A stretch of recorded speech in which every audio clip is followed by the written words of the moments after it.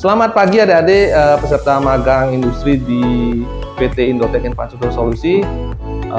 Bagi adik-adik yang mahasiswa jurusan D4 Teknik Listrik Fakultas Vokasi Universitas Negeri Surabaya, kali ini kita akan mengadakan presentasi alat, presentasi project yang setelah kita mengadakan magang kira-kira selama 5-6 bulan ya, dari bulan Februari sampai bulan Juni ya.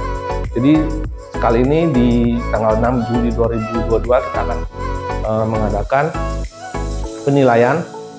Assalamualaikum warahmatullahi wabarakatuh. Selamat siang yang terhormat kepada Bapak Nyoman dan Mas Denny selaku pembimbing PT Indotech Infrastruktur Solusi. Di sini saya menjelaskan pada proyek 4, yaitu perancangan sistem monitoring kesehatan aki berbasis Arduino atau ESP8266. Ini biografi saya. Nama saya Muhammad Ismail Faruqi, jurusan Teknik Listrik angkatan 2019, Universitas Negeri Surabaya, Fakultas Vokasi. Lanjut.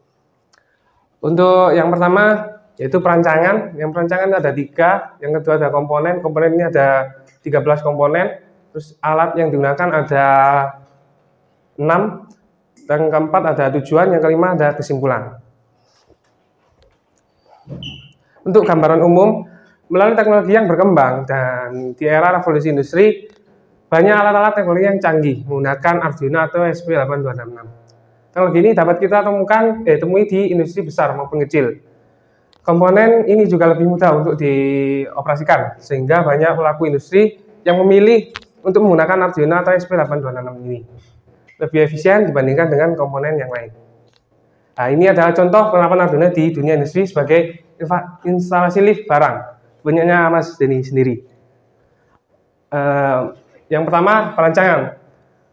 Perancangan sendiri, yang pertama itu harus membeli komponen. Membeli komponen itu bisa secara online atau secara offline, langsung ke tokonya. Dan yang kedua, mempersiapkan alat-alat. Alat-alat yang digunakan harus sudah siap dan sudah tertata itu, tinggal memakai. Untuk yang sebelumnya.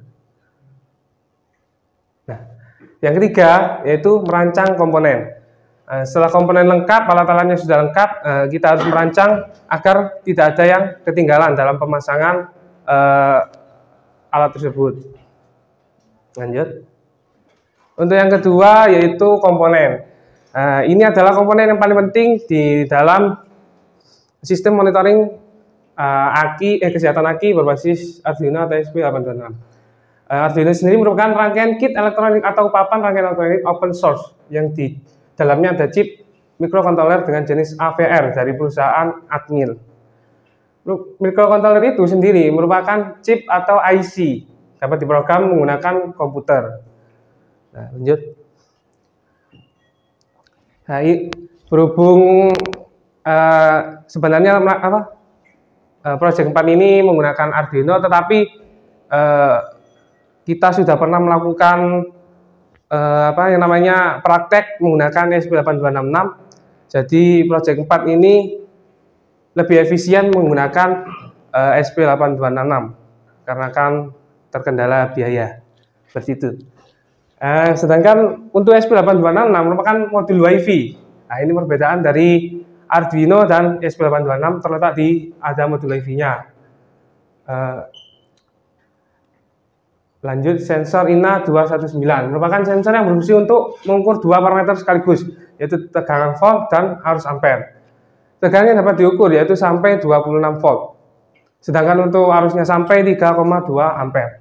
Untuk komunikasinya sensor ini menggunakan I2C yaitu SDA dan SDL. Prinsip pengukuran INA219 hanya didasarkan pada hukum Ohm. Untuk pinnya sendiri ada Vin main, Vin plus, VCC, ground, SCL, dan SDA. Namun penting dalam sensor INA219 bahwa keduanya memiliki ground yang sama. Di sini memiliki ground yang sama. Jadi kalau dibalik itu tidak apa-apa, Vin, V plus dibalik-balik nggak apa-apa ini. Dan komunikasi melalui I2C ada 4 alamat dapat disesuaikan. 0 kali 40 A0 A1 terbuka ini di sini. Untuk ini secara otomatis ada 4. Lanjut. Yang ketiga ada alarm atau alarm buzzer. Buzzer di sini untuk ketika aki panas maka buzzernya akan bunyi. Buzzer sendiri buzzer elektronik adalah sebuah komponen elektronika yang dapat menghasilkan getaran suara berupa gelombang bunyi. Yang keempat ada komponen yang namanya LCD I2C. LCD I2C adalah salah satu jenis modul tampilan elektronik yang digunakan dalam berbagai aplikasi layar. Ini termasuk dioda pemancar cahaya. Nah, di sini LCD ini ada pin-pinnya yang nantinya akan dihubungkan ke I2C yang nantinya akan disolder. Dan penjelasannya nanti akan di selanjutnya. Yang dimaksud dengan I2C adalah modul LCD yang dikendalikan secara serial sinkron dengan protokol I2C. Nah, ini nantinya disambung ke yang tadi I2C. Yang ini nanti disambungkan ke ESP8266. Lanjut. Yang keenam ada sensor LM35 atau sensor untuk suhu. Sensor suhu LM35 adalah sebuah integer circuit atau IC untuk mengukur suhu yang dapat mengeluarkan tegangan linear untuk satuan Celcius dan tingkat akurasi tinggi. Sensor suhu LM35 memiliki keunggulan dibandingkan dengan sensor suhu yang lainnya. Nah, di sensor LM35 ini ada 3 kaki. 3 kaki ini ada ground, ada VOUT dan VCC. Nanti ini disambungkan ke HSP8266. Nah, ini. Lanjut. Nah, yang ketujuh adalah kabel NIF. Kabel NIF adalah kabel dengan inti tembaga serabut dan berinti satu tunggal dengan berisolasi PVC satu lapis. Kabel ini memiliki volt 45 sampai 750 volt. Pengertian dari kabel NIF, N yaitu kabel dengan inti tembaga. Untuk Y isolasi berbahan PVC. Untuk yang A nya sendiri kabel tunggal. Yang F nya pengantar kawat serabut. Nah, yang ini adalah komponen penting juga karena nantinya akan disambung ke Arduino. Komponennya semua akan tersambung ke PCB berlubang ini. PCB lubang sendiri merupakan salah satu jenis PCB yang bentuknya terdiri atas susunan lubang-lubang. Di sini sulit untuk mengatur sistem pengkabelan yang menghubungkan antara komponen satu dengan komponen yang lainnya, sehingga harus teliti agar tidak terjadi konslet. Seperti itu. Untuk yang nomor 9 adalah resistor kapur. Nah, resistor kapur ini saya membeli 3, yang 2 yaitu 10 watt 4,7, yang satunya lagi 10 watt 10 ohm. Yang 4,7 ini disambungkan secara paralel, yang 10 watt ini disambungkan secara seri. Seperti itu. Yang resistor sendiri adalah komponen elektronik pasif yang memiliki nilai resistansi atau hambatan tertentu. Nah, kalau di bahasa Indonesia itu resistor sebagai penghambat. Ya, lanjut. Untuk yang ke-10, komponen 10 adalah LED merah dan LED putih. Nah, LED ini dipakai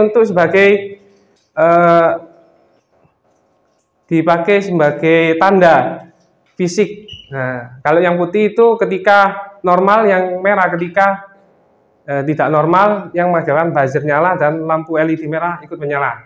Dan LED sini adalah komponen elektronika yang dapat merancangkan cahaya monokromatik ketika diberikan tegangan maju. Untuk yang ke-11 ada kabel jumper male to male and male to female. Dan satu lagi ada kabel female to male. Nah, kabel jumper ini adalah salah satu komponen yang cukup penting dalam membuat rangkaian kabel jumper Arduino. Pengertian kabel jumper adalah kabel elektrik yang memiliki pin konektor di setiap ujungnya. Nah, seperti ini gambarnya.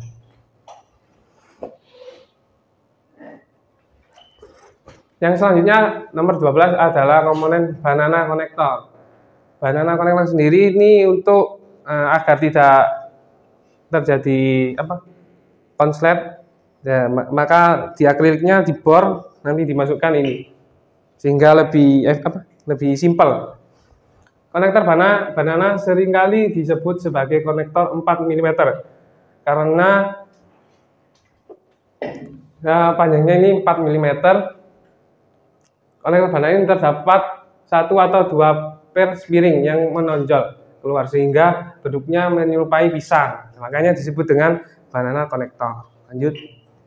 Untuk yang terakhir yaitu ada box akrilik sebagai pemanis di proyek 4 ini. Akrilik merupakan plastik yang berbentuk menyerupai kaca, namun akrilik ternyata mempunyai sifat-sifat yang lebih unggul dibandingkan kaca, karena kalau dipanaskan ya bisa dibentuk sesuai keinginan kita. Seperti itu, ini contohnya. Yang ketiga, ada alat-alat yang diperlukan. Yang pertama yaitu timah. Timah sendiri di sini untuk menempelkan komponen-komponen sehingga nempel ke PCB berlubang. Yang kedua ada bor baterai, di sini untuk melubangi akrilik. Yang ketiga ada isolasi kabel, digunakan untuk mengisolasi agar tidak terjadinya konsleting. Yang keempat ada solder. Solder ini memanaskan timah. Yang keempat ada gunting untuk menggunting isolasi. Yang keempat ada tang penjepit. Tang penjepit ini digunakan untuk memegang supaya tidak jatuh gitu. Lanjut.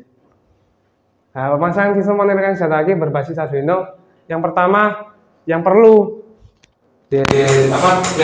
sekali itu, yang pertama adalah alat-alat sudah siap terhadap tahap selanjutnya adalah melangkai ke PCB. Kalau alatnya sudah siap, tinggal melangkai ke PCB. Lalu disolder yang nantinya sebagai jalur awal, tidak solder dulu, yang nantinya tidak ada jalur yang berhubung satu sama lain. Yang kedua, setelah komponen sudah dibuat jalur, selanjutnya adalah mensolder komponen agar rapat dan tidak mudah lepas. Setelah komponen terpasang semuanya, selanjutnya adalah memastikan semua komponen sudah terhubung. Yang keempat, mencoba dengan memasukkan kabel USB ke Arduino atau ESP8266 yang sudah yang sudah diprogram pada proyek 5 yang nantinya akan dijelaskan oleh Mas Dimas. Setelah semuanya sudah normal dan tidak ada error, selanjutnya tinggal pemasangan ke akriliknya. Setelah semua selesai, dirapikan ke akrilik, semua sudah normal, tidak ada kendala. Proyek 4, sistem monitoring senjata aki berbasis Arduino atau ESP8266 ini sudah siap digunakan. Lanjut. Ini wiring diagram pada proyek 4 dan 5. Nah, di sini untuk kabelnya berwarna merah semuanya ini masuk ke VCC. Untuk yang kabel berwarna hitam, hitam ini masuk ke ground. Dan untuk yang kabel berwarna kuning ini adalah SDA. SDA itu ke D1, sedangkan SCL berwarna biru ini ke yang kuning ini D2, yang biru ini D1. Ini adalah lampu, ini buzzer, ini kakinya, dan ini dibalik tidak apa-apa. Ini resistor. Lanjut. Tujuan dari pembahasan ini adalah untuk mengetahui kesehatan aki itu sendiri yang dapat dimonitoring secara online atau sering disebut perangkat yang nantinya dijalankan secara IoT dengan menggunakan Arduino atau ESP8266 dan protokol MQTT. Kesimpulannya dengan penggunaan Arduino atau ESP8266 ini sendiri bisa memotong senjata aki tanpa mengecek ke akinya langsung, tinggal melihat ke HP bisa mengontrol aki apakah dalam keadaan baik atau sudah dalam keadaan yang tidak baik. Hal ini menjadi semakin penting untuk mengetahui tentang teknologi ini agar kedepannya peralatan industri bisa dimonitoring dengan baik dengan menggunakan Arduino atau ESP8266 ini. Lanjut. Gambarnya. Terima kasih.